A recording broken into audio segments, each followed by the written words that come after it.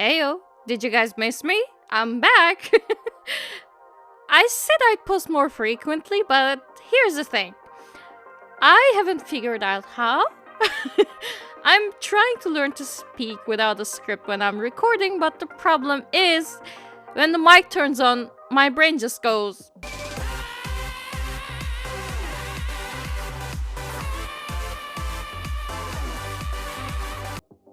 I'm normally a teacher who never shuts up, but God forbid I try to talk to myself on the microphone. I instantly have no idea what to talk about. So, yeah. Me is very smart. Plus, an accident happened which caused me losing all of my saves in Baldur's Gate 3. So that was great. Yeah, but patch 5 is out now, so I have tons of reasons to play again. Yeah.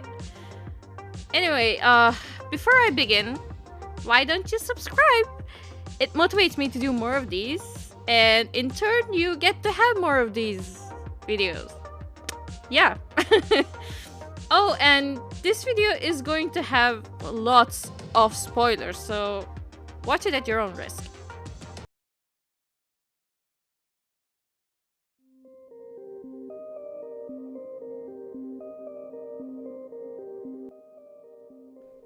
Today we're talking about Shadowheart because I was kind of curious about her romance and whether her personality opens up more if you actually become intimate. Because as everybody knows, she's quite secretive. Thanks, Shar. And also so that I can do a, character analysis a bit easier. So I did. And I created a Githyanki monk because I thought, oh yeah, enemies to lovers. Oh yeah. And I love the romance, but I'm kind of disappointed in playing as a Githyanki. So I'm an only child, so I don't know how, having a sibling feels like. But throughout this whole playthrough, I felt like the less successful younger sibling of Lae'zel. And even the narrator treated me as such. Don't get me wrong, it's awesome to play as a Githyanki because you have completely new dialogues and it's totally a different experience. However, there are some things that really irk me. Maybe I'll do another video on that. Tell me in the comments if you want me to talk about it for, another 20 minutes or something. I don't know. But I digress. Yeah, Shadowheart. Here's the thing about priests in role-playing games. They are either extremely interesting or extremely boring. So, in my head, I was like, flipping a coin where there was only a 50-50 chance of this route being either one. So, either Shadowheart would be extremely interesting or boring, and guess what happened? The coin landed right on its edge. But suppose you throw a coin enough times. Suppose one day it lands on its edge. What I mean by that is it felt boring until it wasn't anymore. Don't get me wrong, it was fine, but with Shadowheart's more secretive nature, it felt like it wasn't going anywhere until, we reached the Shadow Cursed Lands. Then it completely changed. You can pretty much guess how surprised I was to discover how deep Shadowheart's personality ended up going. Way deeper than the one I experienced to, just being friends with her. So yeah, let's talk about that.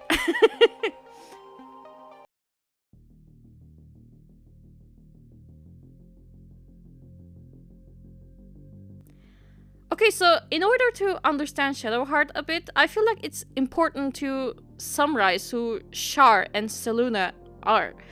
So Shar and Selûne basically symbolize the same thing. Night.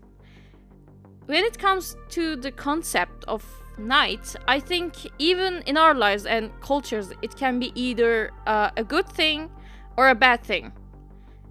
We either associate night with moon, stars, serenity, or we associate it with darkness and coldness.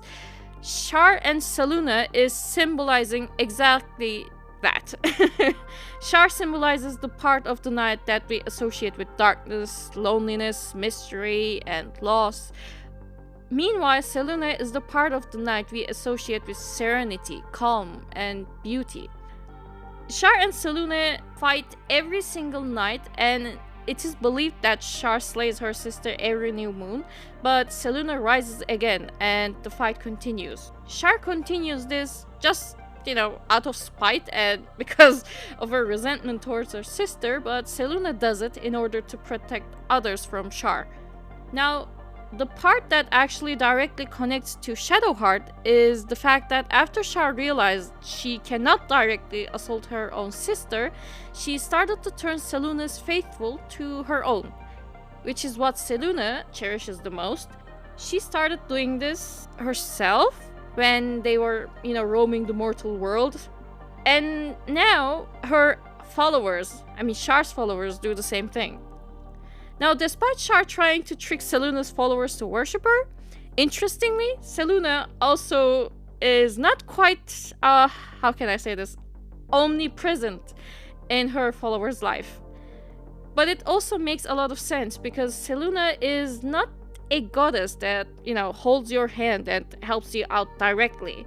She is more of a guide, a lighthouse in the storm to help you find your way through the dark seas. She just observes from afar. So from that we could say that Selûne's followers kind of, chose to be good and kind. Of course, her faithful follow her ideals, but kindness also mostly comes from their heart rather than something to appease Selûne herself. You get what I mean? So, where I'm going with this is, when you first meet Shadowheart, she's mostly cold, sarcastic, and only focuses on her survival. Of course, if you save her, she thanks you for saving her, but beyond that, she's a complete enigma. She's super suspicious towards everyone and even forces others to be suspicious towards each other. So basically, she mistrusts everyone, especially Lae'zel. The moment you meet her, you're like, okay, this lady is definitely in the evil or neutralish side of characters. But when you start traveling with Shadowheart, you will realize she usually approves of the good deeds that you do.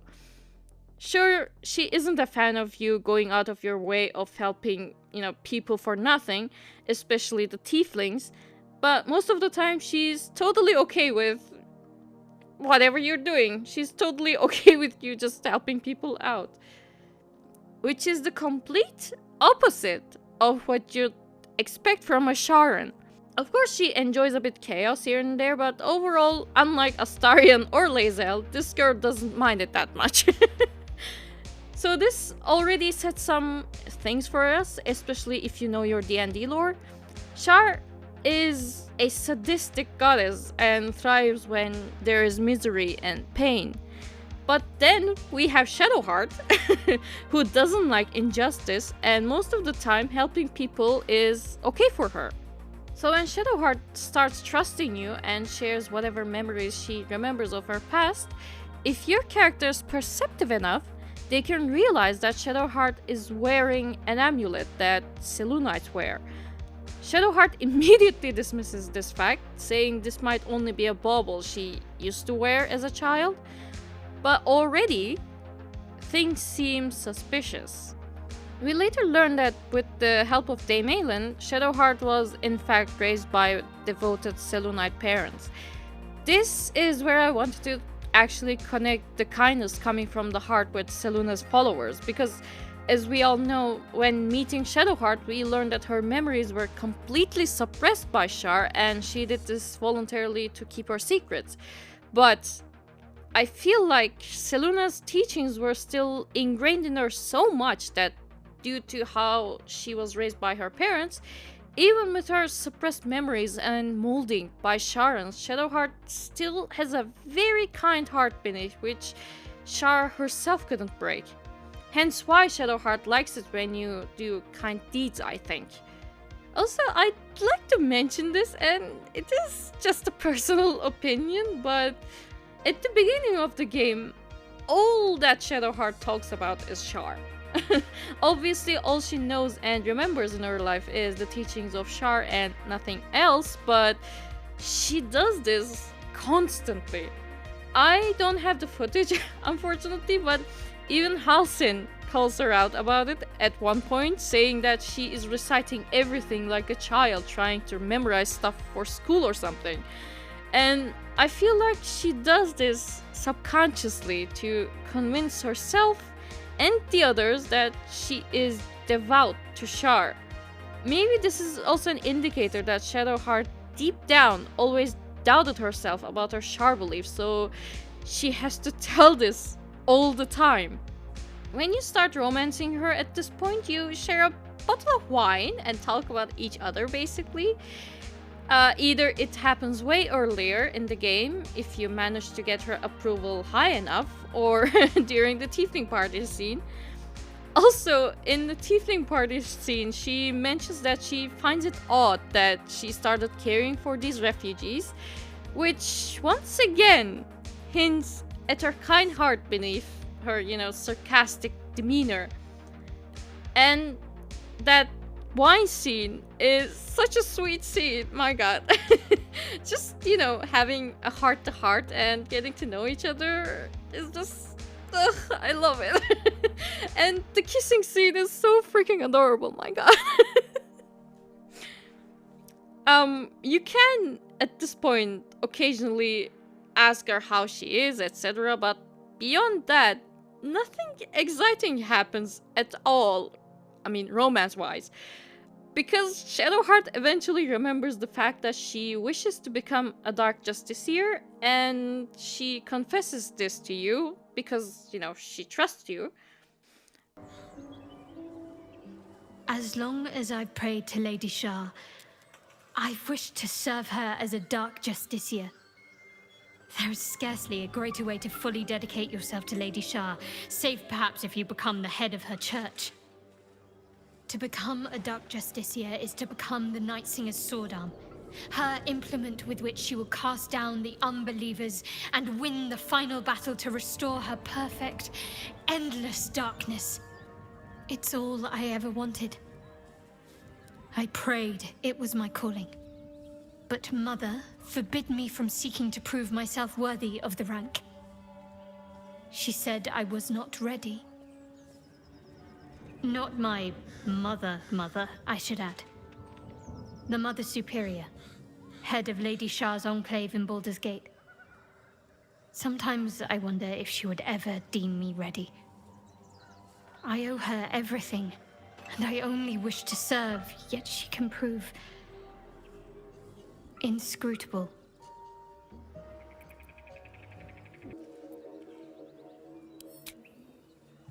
I don't know. Perhaps if I succeed in my mission and reach Baldur's Gate. Hope has little place amongst Lady Shar's children.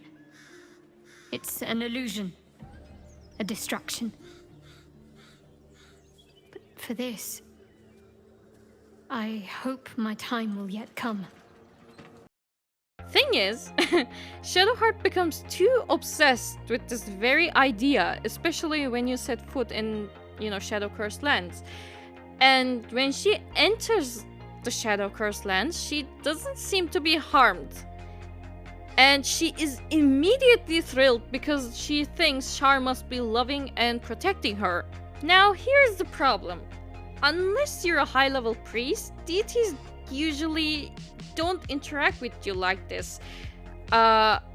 Especially here moving forward. So this already is a bit of a weird situation, because this begs the question, is Shadowheart really so important to Shar that she started to show signs of protecting her? Or is this the complete opposite, where she thinks she's expendable as long as, her needs are sated? So, as Shadowheart gets thrilled with this whole earning the favors of her goddess situation, she becomes more and more distant to you, because she feels like she has a purpose there, and that's the only thing she needs. And you can actually ask her why she has become so distant, and she apologizes but says this is right now important. I won't pretend that I don't know what you mean. Ever since we entered the Shadow Curse, I felt like something's calling to me. Some purpose that I need to find. Give me some time. If I can figure out whatever it is that I need to do, well, then there should be more time for us. After meeting Ketheric and seeing how much Char's Shadow Curse affected these lands, you eventually reach the Gauntlet. And ladies, gentlemen, and everyone in between and beyond, this is the moment when I screamed, "Oh my god, the evil version of Temple of the Sacred Ashes!" In case you don't know, in Dragon Age Origins, you basically enter Prophet Andastre's Gauntlet to be judged in order to reach her ashes, which is a very holy item or holy artifact in the game. Sound familiar? Weirdos trying to destroy the artifact inside the temple. Oh, we have that. Fighting against yourself. Oh, we have that. Walking through invisible platforms. Oh, we have that. Sneaking through corridors. Oh, wait. We don't have that. Okay, never mind. We don't have all the things, I guess. Still, this gave me too much nostalgia the first time I played it, so yeah. You can get me out of Dragon Age Origins, but you can't get Dragon Age Origins out of me. So. Anyway, I digress. So you reach the Gauntlet, and immediately Char gets in touch with Shadowheart in a, telepathic way, welcoming her and telling her to find the Spear of Night and make a sacrifice to become a Dark Justiciar. And Shadowheart gets even more thrilled and ambitious as you get through these trials. There's something more I need to do, or the trials will have been in vain. There is a holy weapon hidden away, the Spear of Night. I have to claim it, then use it to make a sacrifice in Lady Char's inner sanctum. If I succeed, I'll become a Dark Justiciar. Eventually you get the spear and complete the trials and, come to the waterfall thingy. And Shadowheart starts praying and receiving orders from Char. And by the way, I'm kind of pissed off when she says, "Only by Char's grace we made it this far." Excuse me, we made it because Astarion is freaking amazing at stealth, and I had like 4 scrolls of Misty Step. Like, come on, Shadowheart. Anyway, when we finally make it to the Shadowfell and slowly descend, we discover that the artifact we've been hunting, the power that made Ketheric immortal and the sacrifice Char wants, is an Aasimar. We defeat Balthazar and we are left with 2 choices: either kill Nightsong or free her. Now this is the moment I really like. One thing that has impressed me in this game is the fact that you can let your companions say or do whatever they want. So when it comes to Shadowheart, if you have high enough level of approval, she refuses to kill Nightsong herself without your interference, which is amazing. So she chooses to learn more of her past than, her main mission, which is so interesting. Well. What's that I sense? A spear intended for my heart? Empowered by your goddess, empowered to kill the child of a god. Do you know what I am, little assassin? For I know you. A lost child, frightened by wolves in the dark. What did you say? Much has been promised to you, hasn't it? But what has been taken from you? What do you know of your own heart? Your own life? I sense more in you than you know. Whatever you think you know of me won't matter once I become who I'm meant to be.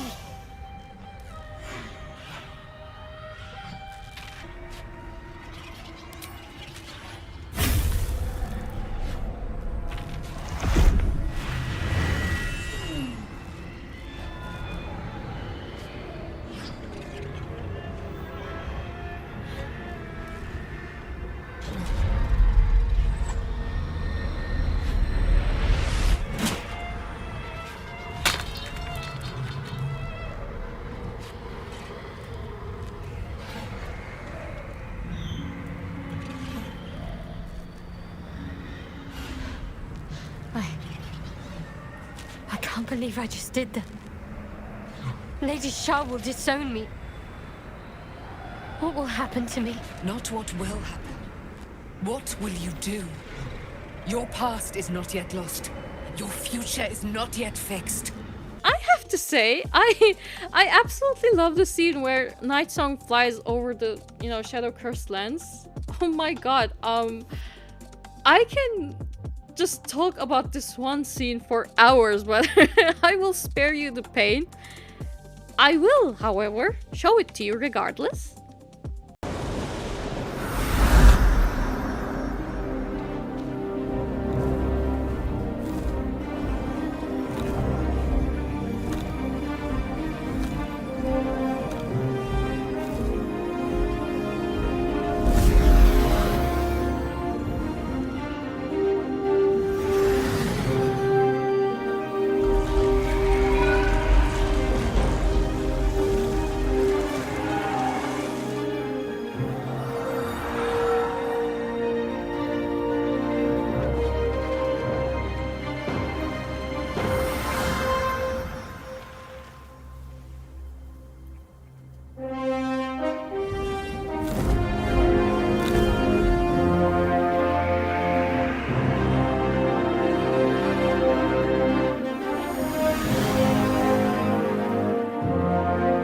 After leaving the temple, Shadowheart disappears for a few minutes, and Shar punishes Shadowheart badly. But she suddenly just, lets her go. Which feels like Shar didn't even think she was worth punishing. She instantly just, punishes her and then gets rid of her. Shadowheart, what happened? You were missing for a moment. I thought I was done for. I thought perhaps I might have been dead. This is all like some sort of terrible dream. But it's real, isn't it? I stood before the night song. I heard Lady Shah's words. And I failed her. Worse than failed her, I defied her. Just because of what that Asimar said. I tried to leave, but Shah blocked me. Punished me for failing her. I thought I knew the limit of pain that the incurable wound could inflict, but I had no idea. It felt like I was suffering the agony of 1,000 people all at once. My blood was boiling, my hair was on fire. I thought I'd claw my own face off with the pain. But then she released me. Banished me, more like. She said I was an outcast. That all of her children would know me and revile me. And as soon as you set foot outside the temple, Shadowheart immediately asks to be with you? Now, I'm not sure why this is the moment she immediately wanted to be with you, but I think it's mostly because of fear. Fear of abandonment and the shock of what she just had done. Because she was so focused on gaining Shar's favor, she thought all she could have ever wanted was her love. But now that reality hits her, she is basically abandoned by her goddess because she defied her. She has nothing left at this point. But I feel like she slowly realizes right at that moment that you did more for her than Shar ever did. She even says that to you herself. Shadowheart looks distraught, abandoned by her goddess and all former allies. And as for her divine magic, admitting who empowers her now may break her spirit for good. I suppose I do, don't I? You've done more to help me than my faith has in recent times, if I'm honest. Thank you. There's been something between us for some time. A connection, more than friends. I recognized it, but didn't act on it. I thought my faith was the most important thing in my life. I couldn't have been more wrong. I've squandered too much time already. I want to be with you. Now and always. Do you want the same?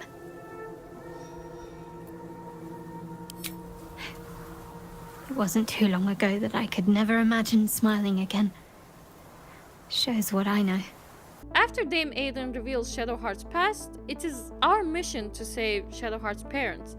It also becomes very clear that Shar wanted to only use her as a puppet and nothing more. And you set out to Baldur's Gate to save her parents.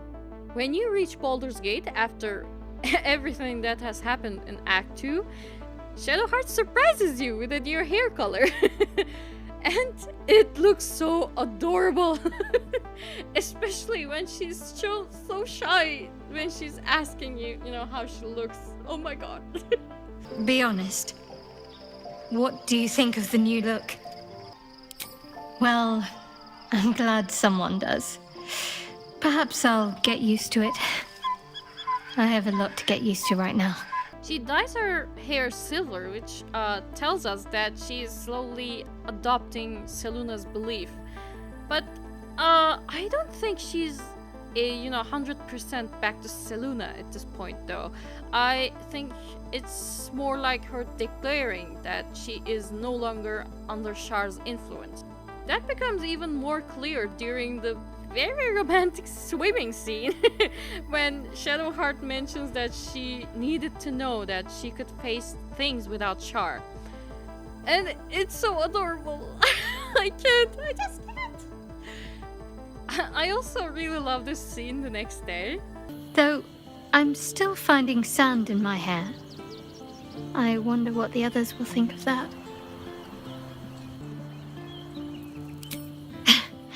But of course they will. I hope we'll have more opportunities to slip away. And make sandcastles.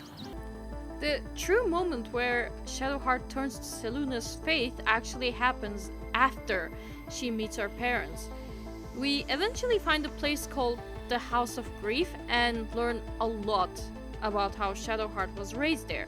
We even see one of the classic characters, Wyconia de Veer, which turns out to be Mother Superior all along. And we find out that Shar wanted to turn one of Seluna's children to her faith, who would eventually take Wyconia's place just to, prove Seluna that she can indeed mold a child of Seluna exactly as she wants. But joke's on her, she couldn't. And this says a lot about what a strong character Shadowheart actually is. Shadowheart beats her and we eventually find her parents. And this scene was absolutely gut-wrenching to me. Seeing her parents being tortured there for years is just... I felt so bad for them and for Shadowheart. So there are two options to be made here. Shar appears and tells Shadowheart that if she kills her parents to release them from their pain and suffering, Shadowheart will also be free of her.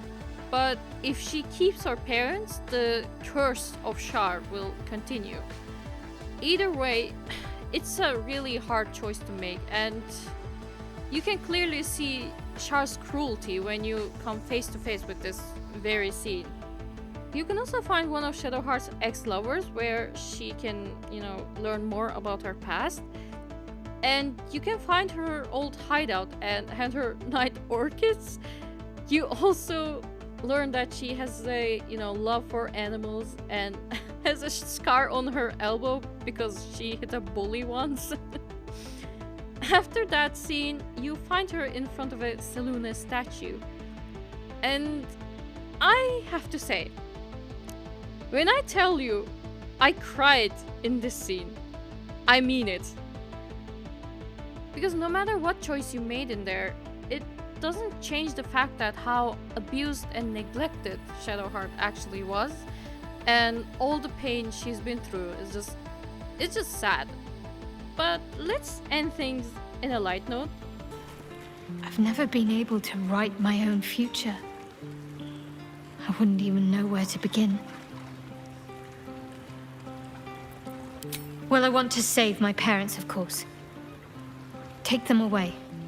Far from Shah's influence. Someplace peaceful. Away from the city, perhaps. I'd like room for animals. Lots of them. All shapes and sizes, so long as they appreciate a warm fire and more affection than they know what to do with. I want to grow flowers. I want to be surrounded by colors every day. I'm tired of darkness. Yes.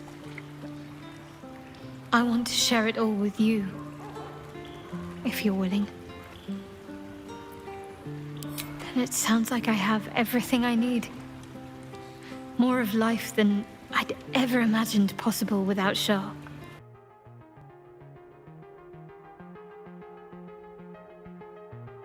Shadowheart's story is about a girl who is terribly neglected by her family, meaning Shar and her followers, but still trying so hard to earn their favors, hoping she'll get some kind of love from them.